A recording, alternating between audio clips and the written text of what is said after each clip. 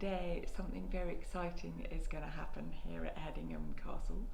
I have the great pleasure of introducing you to Dorna Bewley, who is a scholar in the authorship question of the canon of Shakespeare.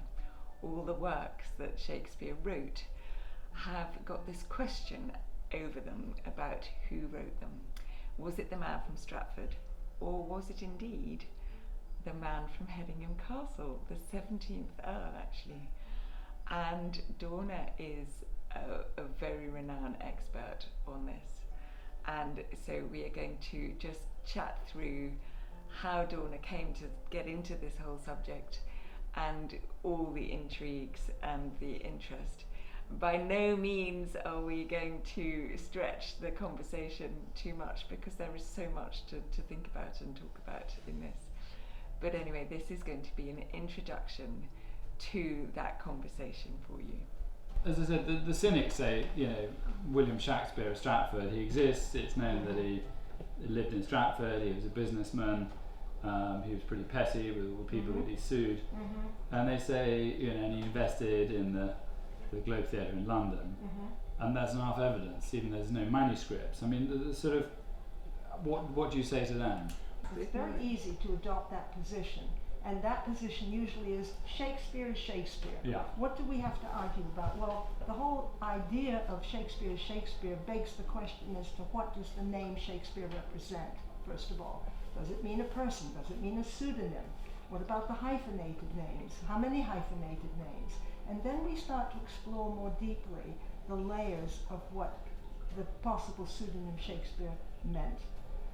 That's one aspect of it. The other, as for being mad and deluded, well, that's a very easy scapegoat.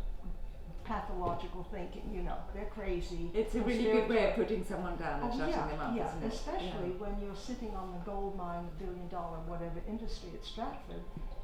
There's an interest in not revealing the truth.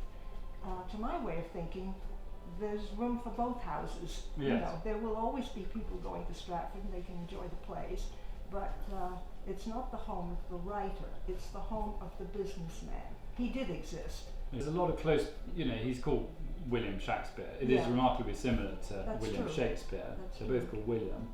That's very confusing. So did whoever, say Edward de Vere, as we live at Hedingham Castle, it's nice because that's where he was born and he owned it. Was that just convenient that happens to, is that just blurring the truth, or is it just an accident? I think it's a bit of both. The man Shakespeare of Stratford was named Shakespeare. His name is spelled several different ways by he himself or by his amanuensis or the secretaries. We still haven't got to the bottom of who actually signed what he signed. But it is a mixture of both. I think it was convenient, but also the name Shakespeare is the adoption of Pallas Athena and the goddess. And shaking a spear, Yes. and So that's that was convenient. her thing. Yes, and she was the god of literature and the arts. But it's also a bit unfortunate in one aspect for the Oxfordian theory that this businessman from Stratford happened to invest in the Globe Theatre. Exactly. So is that just bad luck, or is that good? I mean, that's, for us as Oxfordians, that's like, oh, well, that's just a bit awkward. Well, it is and it isn't, because those documents do exist. That 1613 purchase has Shakespeare's or his secretary's name on it, and he did invest in theatre shares. And we're all the time discovering more about what did Shakespeare really do. Yeah. To what extent did he participate? Was he a knowing cover? Did he do a deal to keep quiet? Because the Earl of Oxford or whoever Right. couldn't be a playwright, could he, in those times? Well, certainly not to turn Burleigh into a buffoon and to criticize the courtiers. If anyone else had done that who was not a court insider, and Elizabeth loved it, they would not have been able to get away with that. Well, it was treason, wasn't it? Exactly. Yeah, Richard II. Oh, and depicting Polonius as the sort of Burleigh kind of idea. Yeah. Yes. It shouldn't daunt us from trying to peel back the layers of every subject we get into. Yeah. I never thought I'd rely on the internet at my age as much as I do now, but when you see that some Oxfordians like Charles Beauclerk, Alexander Wall, Hank Whittemore, members of the Shakespeare Oxford Fellowship in America, members of the De Vere Society here. I remember the days when I rolled up here, we were meeting huddled together in Coffee House in Cambridge, Massachusetts with 15 of us. Now there are hundreds of members, Really? thousands members on each side of the Atlantic. And it's as Roger Strittmatter said to me once, he said, quoting someone else, he said, it's like shooting fish in a barrel. Everything you come up with is going to be another truth of some sort or another that you can map onto your corpus of work.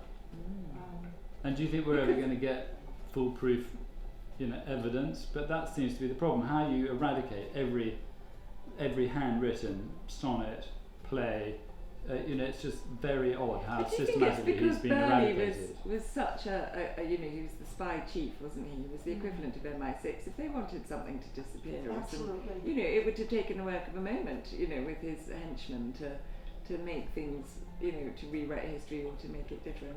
Yes, and it is said that Burley was responsible for the destruction of many of the pipe rolls. I'd like to learn more about that, but it's very strange. Oxfordians find it very strange that so much has disappeared about this family, Edward de Vere, his parents, and the story of the De Veres. You have to really hunt to find it in the archives. And then you find writers, historians over the years, who deliberately sideline the name. They'll give you the false, and scholars do this to this day. I'm very interested in art history, and I found one of the biggest names in English art history actually calling the 18th Earl of Oxford somebody else. And it's disconcerting, but we find it all the time. And you just have to steer around it and keep going with what you know to be the truth of your own evidence. Yes. What I find most extraordinary is sort of the fact that if you knew that it was Edward de Vere, say, or one of the other contenders, it would completely reinterpret the way you listen to the plays. So I would have thought people who are passionate about the genre of Shakespeare, whoever that might be, would be fascinating, drilling down to who the person was who wrote them, because if you go for Edward de Vere, it's so autobiographical, the plays, that it enlivens it completely, whilst if it's the teacher from Stratford, who we don't know anything about, it's ifs and buts and maybes and probables. It's just a story. So suddenly you find this very complex character of Edward de Vere, say, it gives you a vast greater understanding of why they're written and what the motivation is. And I don't see why the Stratfordians don't want to open that up and go, actually that's I completely agree, because it really will animate the whole of Shakespeare. I think some of them, the braver ones, are doing that. They are realizing the joy and the thrill when you put that De Vere hat on and you think, oh my goodness, look at this. This is autobiographical. Yes. This is autobiographical. And that will be the first war cry that they'll raise, which is these are from the imagination, they're not autobiographical. Well, what happens if they are? What happens if you've got a squillion and one coincidences? We're not talking about one or two odd things that marry up here, but every play, every sonnet, there is some biographical and autobiographical story behind it. That would be quite classic. But Dorna, it's been amazing, lovely, really sweet of you to amazing. come up with some of your ideas. But what we really want to show you now is the scroll.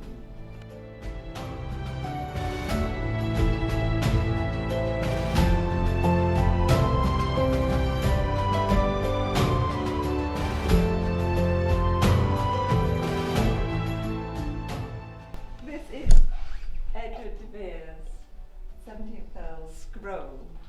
And Jace will tell the story about how we came to have it. So it's just complete have fluke, really, have to a look. end up with this. So this is really, I think, a propaganda role, a propaganda document, and Get closer.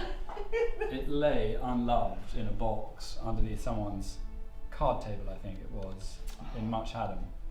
And an auctioneer spotted it because they were doing a house sale, and it basically shows the. So we have William the Conqueror here, which Oh my is rather amazing, and then all the Dukes of Normandy and people there, and then it wibbles through all the Earls of Oxford, all the way So to the here 17th is Earl, so Edward, Vere, who married and Anne here Right. with no children. So this date, I think the children This- appeared. This, I wouldn't be surprised, would have been commissioned by Burghley to celebrate Anne marrying into this earldom. There you Isn't are. that amazing? That's a thought. So what about that? Wasn't that incredible? Something that is so fascinating and has so much historical resonance, and that people still don't know that much about, and everything that people find is just enriching our history and the history of Hedingham. And isn't that scrolling incredibly exciting? I mean, you could see that in Dorna's face, couldn't you? That she was just thrilled to meet that scroll. And if you want to find out more about this subject, there are an awful lot of much more erudite people than me who can tell you about it. Lisa and Laura Wilson, for instance, wrote and produced a film called Last Will and Testament, which is such a clear explanation about the discussion of the authorship, etc., etc., and many, many, many books, as you heard Dorna refer to, have been written on this too. But anyway, it's always fun to open one's eyes and have a little snippet of what else lies out there in the world. So thank you for listening, coming back to the blog, seeing what else Hedingham has hidden in its amazing archive, etc. Please subscribe, then we know that you're listening. We'd love to hear your comments, and look forward to seeing you soon. Bye bye.